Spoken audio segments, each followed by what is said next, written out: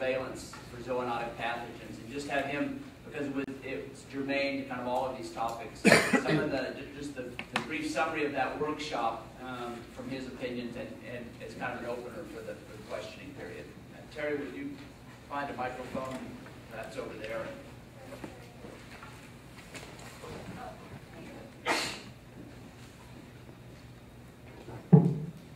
Thank you.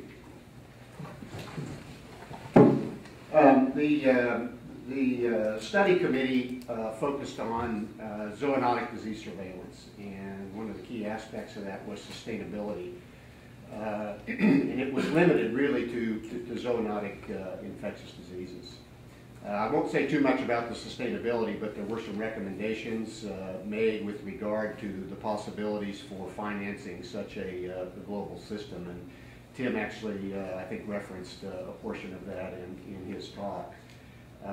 But one of the things that we looked at extensively was the elements that go into a sustainable surveillance system for zoonotic diseases, and some of those were the ability to target surveillance, as Jonna talked about, based on a good scientific understanding of what the drivers are, the ability to acquire information very early on, which we have information systems that are developing all the time.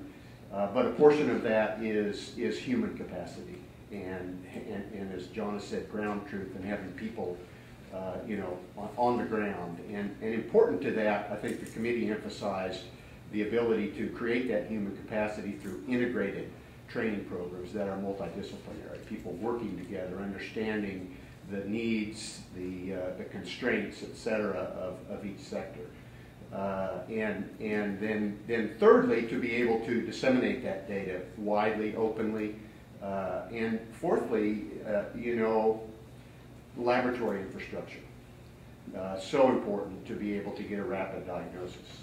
So I guess, and there were other elements of it, but I guess I'd be interested in what the panel thinks about what the gaps still are broadly for zoonotic disease surveillance. And I'll just give one example, Tim. I think it was great to bring quantitative data into this. That's something we really need to do. But I looked at the improvement from everything of 7%, 6%, and figured that up. And in general, I think, by my figures, from the time of discovery to the initial, or the time of an outbreak to initial report, went from maybe 23 to 22 or 21 days, and the time of public communication went from 32 to 30 days. What do you think we need to do about that? Because clearly it still needs to get better. So in general, those gaps, I'd be interested in what the panel thinks of that. Thank you. Thanks, Terry. You want to handle that one? Yeah, so that's a critical question, and it's actually much more complex than it seems. If someone walks into a hospital with a fever and a cough and a chest x-ray which shows an infiltrate, I can tell you in my 650-bed hospital, we probably see somewhere around 70, 80 people like that every single week. We have no way of knowing when they walk in. Do they have SARS? Do they have streptococcal pneumonia? Do they have some new influenza we've never seen before? And we make an etiologic diagnosis in Montreal, Canada in 2010 in about 50% of the pneumonia patients we see. And that's true everywhere in the world. So detecting a new respiratory pathogen rapidly is going to be very difficult unless you get lucky. What a lot of people don't realize is H1N1 was not detected by the Mexicans. They knew something was wrong. It was actually a CDC surveillance site in Southern California where they routinely looked for influenza A viruses and said, hey, we have a non-typable influenza A. When that happens, it automatically gets sent to the CDC and they figure out what's going on. That's how we knew we had a new H1N1 virus on April 22nd. If you walk into an emergency room with blood pouring out of your gums, and petechia, which is a kind of hemorrhagic rash, and hepatosplenomegaly, you're going to be very quickly isolated and somebody's going to figure out this is something we probably don't usually see. So a lot of it's going to depend on what is the disease that's actually presenting. And we don't talk about that much, but we'll probably get better at picking up weird things than we will be at picking up things that commonly look like lots of other things that we do. And I think the other thing is laboratory capacity. The ability to rapidly identify something. When the H1N1 epidemic started, within 2 weeks, we overwhelmed the capacity of our provincial laboratory to be able to provide us with testing, so that we were required to test people who might have influenza, send it to the lab. They said they'd give us a turnaround time in 48 hours. Well, you know, you treat somebody for 5 days.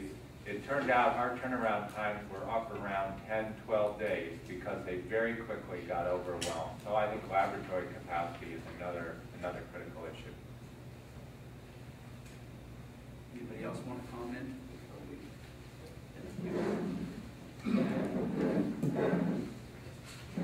Question went about gaps, and I definitely think that one of the things that jumps into our eyes is capacity building.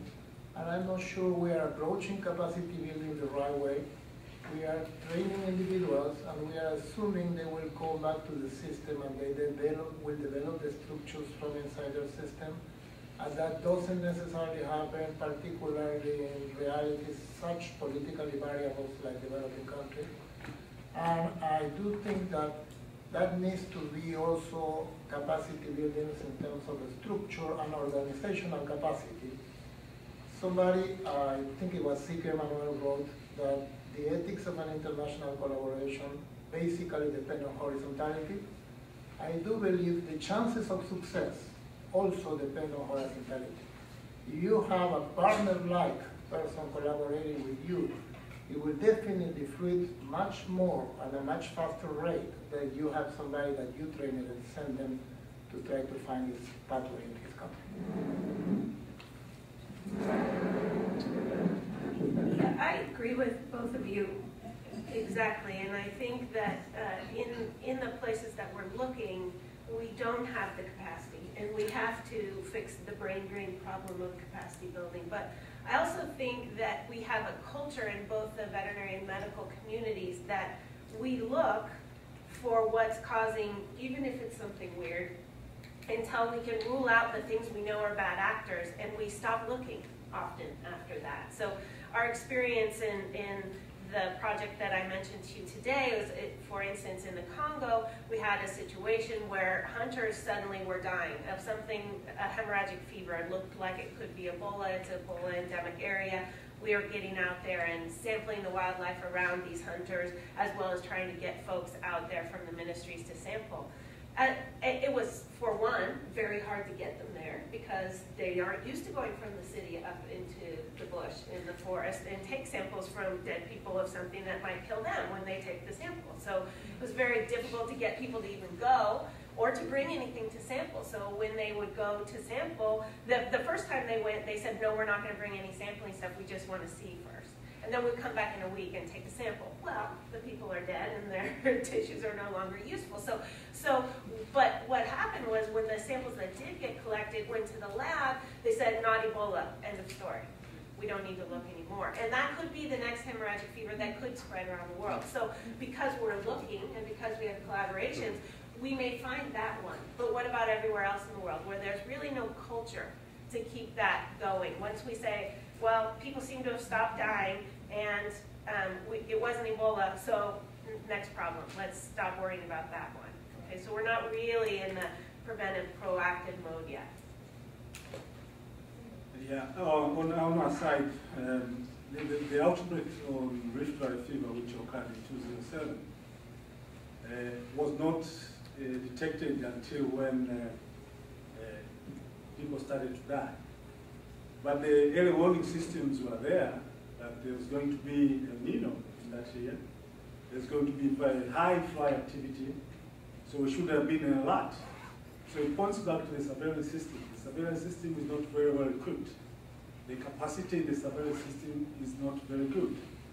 In terms of human resource and capital resource. So I'll go with what they have been saying, that we need to improve the capacity in the early warning systems, which will provide some indicators for us to take an action. I think one of the things we learned from Rift Valley fever was that you could use humans as sentinels for animal disease. That's really not the right way to do that. Questions from the audience?